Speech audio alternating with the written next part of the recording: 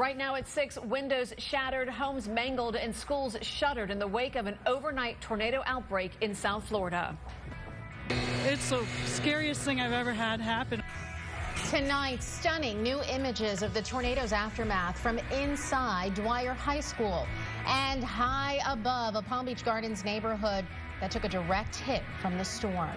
Thanks for joining us here at 6. I'm Felicia Rodriguez. And I'm Tiffany Kenny. Northern Palm Beach County took the brunt of the storm with damaging winds whisking through a gated community and 2 high schools before taking aim at Juno Beach, where homes and even the Juno Beach Pier sustained significant tornado damage. We have been with you on the air and online tracking this storm system since early yesterday afternoon, and our extensive live team coverage continues tonight. Let's begin with meteorologist Chris Martinez for a closer look at the path and the strength of the storm. Chris? That's right, Felicia. Gave you about a 12-hour notice that we were going to see the severe weather event unfold. And I do want to take you minute by minute as we head through the overnight this morning to show you what unfolded and what we were tracking. The first initial tornado warning coming out just after 1:20 in the morning. That's this red shaded area, as the severe thunderstorm that could produce a tornado was sitting around Loxahatchee Groves in the acreage. So watch as we move through minute by minute. 1:45, we saw around 1:30, 1:45, an initial touchdown just towards the west of the turnpike. Then closer towards 1:45, 1:50, we saw that cross I-95 just towards the south of Avacoa. And look how quickly it moved offshore. By 1:53. It was gone. Sonica Donge continues our live team coverage as she talked with the National Weather Service that was out surveying this damage. Sonica, so again, it's rare to see tornadoes here in South Florida, but that's definitely what we saw here across the area. And you know, Chris, when you're actually out here on the streets, especially here in the Mirabella community of Palm Beach Gardens, you can see the damage that very obviously screams tornado. Residents here said when they stepped outside this morning, they were incredibly surprised. Neighbors in this Palm Beach Gardens community spent Monday morning sifting through the debris left behind by Sunday's tornado, sweeping up shattered glass from the streets, collecting broken shingles off roofs, and sorting through patio furniture that had been thrown around by heavy winds. This is ours. This is theirs. Garage doors in the neighborhood bear signs of puncture wounds from stray debris. Many residents say the storm caught them by surprise. I mean, I got an alert on my iPhone that there was a tornado warning, but we get those very often. It lasted less than a minute, but it was scary. Were you expecting the damage to be this bad here? No, we had no idea. We saw the game last night, and after that, put the kids in bed and we were sleeping. I mean, we were expecting a little wind, little rain, but nothing like this. Jay Ahmed is one of many on Isle Verde Way, now forced to board up his windows after they shattered under the force of high winds. His car, one of nearly half a dozen with completely shattered out windscreens. What a mess. Restoration crews were already on scene just hours after the storm passed, but it's likely to be a long road ahead. And despite the damage here, the residents tell me that they're just thankful nobody was hurt. Reporting live in Palm Beach Gardens, Sonica Donge, Wpbf 25 News. Sonica, very true. The tornado's next target, 2 high schools in Palm Beach Gardens. The Benjamin School's upper campus was also closed today because of the storm damage and debris in the athletic fields and the parking lot. And right across the street, Dwyer High School was also closed. Angela Rozier joins us live. And Angela, the superintendent says damage could be upwards of $1 million. That's correct, but the superintendent also tells me his biggest concern tonight is to make sure this campus is safe. We get school open tomorrow. But Palm Beach County School Superintendent Dr. Robert Avosa says this cracked glass in the atrium is his biggest concern. I don't want to not have school because of 4 windows that are cracked, but I also can't risk the safety of the children or teachers. It's located right in the heart of the campus. This is the major stairwell going in and out with 2,200 kids. There is no other safe way to get kids up and down stairs, and so we're really worried about that. Crews also found about a half a dozen classrooms filled with debris, 2 areas on the roof with serious damage, 20 blown out windows, and a mangled baseball field in the back of the campus, which really did a number on the school. Blows across, the top of the building, because you see there's no damage to the building. Flew over the building, landed on the building where you had the damage to the room, ricocheted off, and wound up against the wall on the third building over. And that's probably about 1,500 to 2,000 pounds worth of aluminum.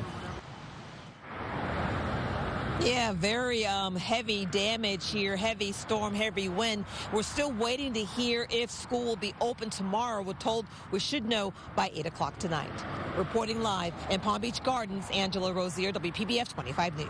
Angela, thank you. Our live team coverage continues now with our Terry Parker. And Terry, Juno Beach caught the tail end of that twister's path, but the storm still had plenty of strength to do a lot of damage in Juno. Right. The people I talked to, Felicia, I don't think they thought it was the tail end. I think they thought their world was coming apart. The tore right through this neighborhood early this morning and tore the roof right off this mobile home. You can see the roofers now are just getting the tarp there to cover it up.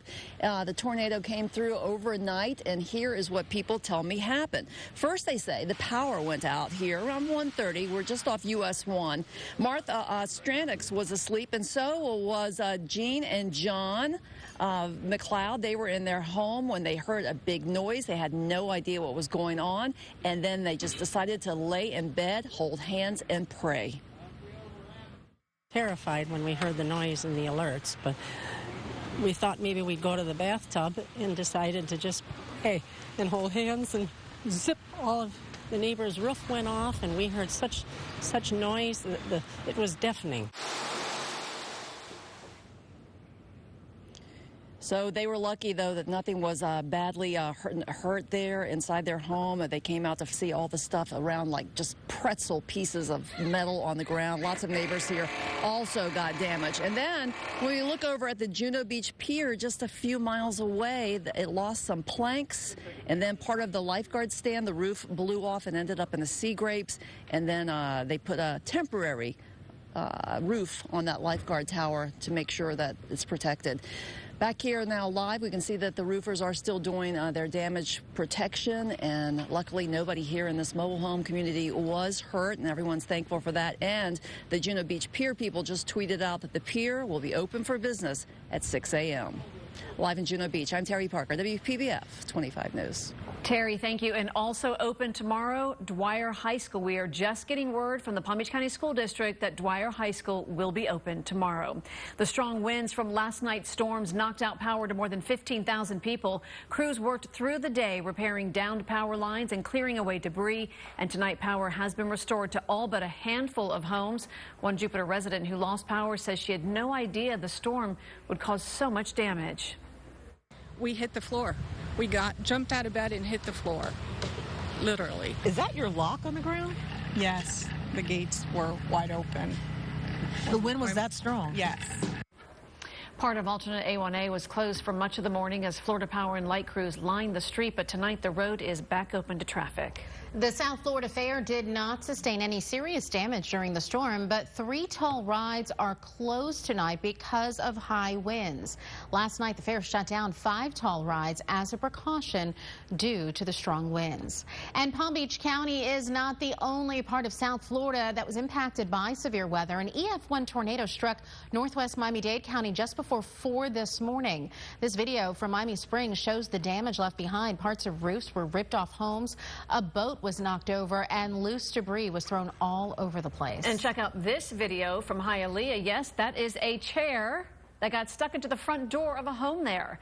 Another chair was launched into a fence. Officials say 5 buildings were damaged so badly they had to be condemned, displacing about a dozen families. The Red Cross is helping them find a place to stay. Our viewers did an incredible job sending us pictures and helping us cover this storm over the past 18 hours. Take a look at this uprooted tree. This was sent in by Jane Waldman. And Suzette sent us this picture of the damage on her back porch. You can see her patio table was shattered by those strong winds. If you do have photos or pictures, videos of the storm damage near you, we would love to see them. Just post them to the WPBF 25 News Facebook page or tweet them using the hashtag WPBF storms. Chris? All right, Tiffany, thank you. Good Monday evening. And we are starting to dry things out here across the area, and an actually gorgeous day here across the area after those big-time thunderstorms move through into the overnight. And we're going to stay quiet over the next several days, so that is good news after the rough weather and the confirmed tornadoes that we saw here across South Florida. But we're going to cool down really quickly tonight. We've got dry air in place. We've got a breezy condition out there. Everyone pretty much in the 60s right now, at 6 with the exception down towards Boca Raton, but we're on our way into the 50s. By 7 tonight, 67. By 10, 64. And we continue the cool down into the low 60s as we head through the overnight hours. So yes, maybe a light jacket or sweater needed as you get outside the door on your Tuesday. But I'm keeping a close eye on a bigger storm system that sweeps a series of cold fronts for the weekend. What does that mean for you? We'll take a look at that in South Florida's most accurate in just a few minutes. All right, Chris, thank you. We're continuing to follow that breaking news out of West Palm Beach, where crews are investigating a deadly train accident. Ari Height just arrived on the scene. He joins us now live. Ari, what can you tell us? West Palm Beach police have now confirmed for me that, yes, one person was killed in this train accident. Let me step out of the shot so you can see exactly what's happening here right now. You can see all the investigators on scene. This is Palm Beach Lakes Boulevard, the intersection with Tamarind. This happened around 4:30 or so, just a couple of minutes ago. The investigators were able to take the victim away. Again, that person has been pronounced dead here at the scene. According to the West Palm Beach Police Department, they're still trying to figure out exactly what happened here. At this point, they don't know how this person wound up getting hit by the train. They say they plan to be here for a while, so that means as far as the traffic goes, this intersection here at Palm Beach Lakes and Tamarind will remain closed as they do their investigation. And at this point, they have not said exactly how long that will be. That is the very latest. Reporting live in West Palm Beach, Ari Height, WPBF 25 News. All right, Ari, thank you. And in Martin County, an investigation underway now to determine who's been taking aim and firing shots at government buildings. Sheriff William Snyder says the latest incident was early this morning between 4 and 5 at the Supervisor of Elections office. The sheriff says someone fired a shot through the glass door. We live in turbulent times. This last election cycle was extremely contested. There was a lot of emotion on it. So we can't rule out the fact that somebody was just flat upset with the election results and has stupidly taken it out on the buildings. Last week, somebody fired shots into the Martin County Courthouse and the Veterans Affairs building. Nobody was hurt. President Donald Trump is taking immediate action on at least one main campaign promise. Today, the president signed 3 executive orders. The first calls for the U.S. to withdraw from the Trans-Pacific Partnership. Trump says the move will help American businesses. We're going to put a lot of people back to work. We're going to use common sense, and we're going to do it the way it's supposed to be done. We're going to stop the ridiculous trade deals that are taking everybody out of our country and taking companies out of our country, and it's going to be reversed. The president is also ordering a hiring freeze on federal workers except for military, and he's banning federal funding for foreign organizations that promote or pay for abortions. This afternoon, Florida Senator Marco Rubio was one of the top trending topics in the world on Twitter after changing course and supporting the president's pick for Secretary of State. Many believed it would clear the way for Rex Tillerson's confirmation, and just moments ago, a Senate panel voted along party lines to approve him as the next Secretary of State. Rubio says he was initially troubled by Tillerson's refusal to acknowledge that Russian President Vladimir Putin has committed war crimes. But today, in a statement, Rubio wrote, quote, "Given the uncertainty that exists both at home and abroad about the direction of our foreign policy, it would be against our national interest to have this confirmation unnecessarily delayed or embroiled in controversy. Therefore, despite my reservations, I will support Mr. Tillerson's nomination in committee and in the full Senate." All new at 6, more than a year after a passenger jet caught fire at a South Florida airport. Why the charred remains are still sitting on the tarmac. And the shocking accusations made against a sheriff's deputy that now has him facing an attempted murder charge. You're watching WPBF 25 News at 6. Some city and county leaders are asking the public for help in identifying the suspects who shot 5 people, including a small boy in Boynton Beach over the weekend. The suspects used high-powered assault weapons to open fire on the people Saturday afternoon. All 5 taken to the hospital but expected to survive. The vice mayor, a commissioner, and a county commissioner appealed to the public today for help in solving the crime. Vice Mayor Mac McRae says he's concerned that police do not patrol enough in the high-crime Northwest neighborhood where the shooting happened. It's like I've seen that, besides police patrolling, we need to get more out there. I'm just saying, we see police officers sitting in areas where they need not be sitting when we say that you need to utilize that time going up and down the streets. That's what my concern is.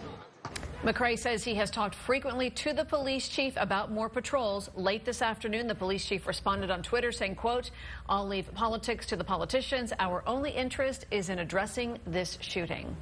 A Boynton Beach man is facing charges of child neglect and domestic battery after deputies say he got drunk and then dropped a baby on its head. Deputies say Derek Brooks got into an argument with another adult at the infant's home, then dropped the baby after taking it away from that person.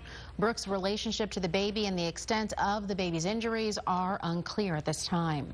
A Sarasota County Sheriff's deputy is facing attempted murder charges after investigators say he forced pills down the throat of a 79-year-old woman. Investigators say Sergeant Frankie Bybee, an 18-year veteran of the force, was trying to cover up a long string of thefts from the victim by making her death look like an accident. They say Bybee stole $65,000 from the elderly woman by writing checks to himself from her account and even sold the woman's dog on Craigslist to get more money.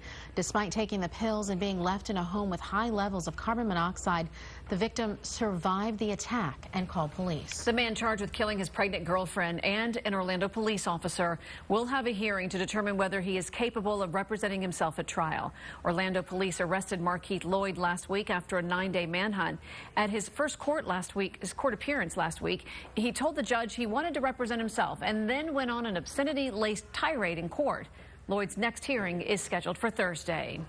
15 months after a Dynamic Airways plane caught fire, the aircraft still remains on the tarmac. Airport officials tell our Miami sister station the passenger jet can't be moved because of pending lawsuits, and the exact cause of the fire has yet to be determined. Back in October of 2015, Dynamic Airways flight 405 to Venezuela was evacuated on the taxiway after that fire started. 20 people were treated for non-life-threatening injuries.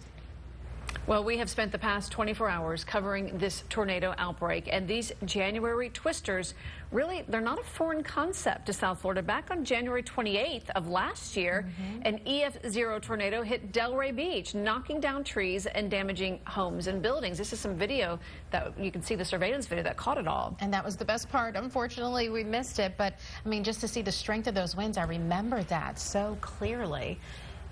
Right, and what I was going to say is, yeah, it's not a rare event to see tornadoes during this month here across South Florida. What was a rare event was to see long track tornadoes, because usually we deal with EF0s on any given occasion. It was on the ground for more than 5 miles, for more than 30 minutes. That's what we were kind of reiterating, that we saw that risk yesterday for long track tornadoes. So it was a rare event because, you know, the atmosphere was primed and just ready to go. Well, and the National Weather Service really did a good job in preparing everyone in terms of saying, even last week, that we had the potential for severe weather threat. I mean, you and Mike were on all day yesterday warning people, you know, to be on guard and to know that if you're going to bed, make sure that somebody is paying attention. Right, and I was just going to hint at the fact again, we were on the air starting at 3 p.m. yesterday.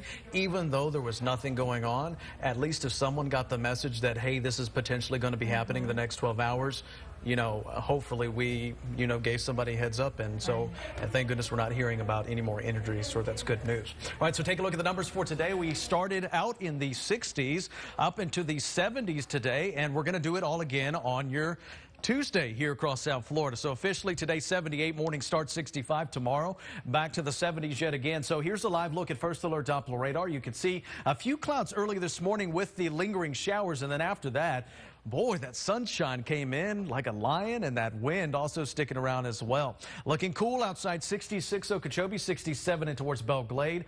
Everyone else in the upper 60s from Vero Beach running in towards West Palm, 71 the current temperature in towards West Palm Beach. So hour by hour, need a jacket, need a something to keep you on the warm side, especially at the fair. Look at these temperatures tumble into the low 60s by, let's say, 11 o'clock tonight, and everyone will be in the 50s as we wake up tomorrow morning. So we we say goodbye to that area of low pressure. You can see the dip right here in the jet stream. That lifts towards the north and northeast. What we're tracking now is our next weather maker will be a high pressure. So this slides in over the next few days. Our winds start to shift more out of the ocean. So we see a slow and gradual warm up over the next few days. And you can see how powerful this storm system continues to churn. I mean, it looks like a tropical system, doesn't it? As it continues to move towards the north and northeast, we're left with a lot of dry air. So nice stretch of days here across South Florida for, let's say, the next 3 to 4 days. Then we got to talk about this. You can see how powerful our next weather maker, this area of low pressure.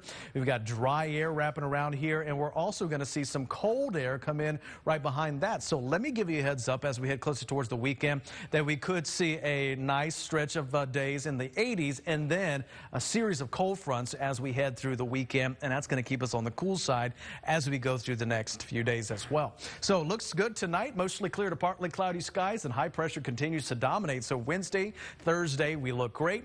Boating forecast with the wind around, we got to talk about a small craft advisory. Seas are up there running 5 to 7 feet with a moderate chop on the inland waterways. Here's a look at South Florida's most accurate forecast. Slow and gradual warm up to around 80 degrees on Thursday, and then tracking the series of cool fronts right in time for the weekend. WPBF 25 News at 6. We'll be right back. Well, as you've probably heard by now, the Super Bowl matchup is set. But before the Patriots and Falcons square off, the biggest stars in the NFL are all coming to Florida. Yeah, for just the second time since the mid-'70s, the Pro Bowl is being held in our state. The NFL's All-Star Game will feature 4 players from the Miami Dolphins, as well as 5 days of festivities for fans. It all starts Wednesday with interactive activities at ESPN's Wide World of Sports, which will also be the site of team practices. This, of course, in Orlando. Friday, there will be a Pro Bowl parade through Disney World's Magic Kingdom. The game itself is on Sunday at the Camping World Stadium. That's going to be a really good time. We'll be right back. All right, after a rough weather last night, the good news is we're in store for a nice stretch of weather. High temperatures creeping up to the upper 70s, right around lower 80s, then cooling off by the weekend. All right, Chris, thank you. And thank you for joining us. We'll see you back here at 11. Have a good night, everyone.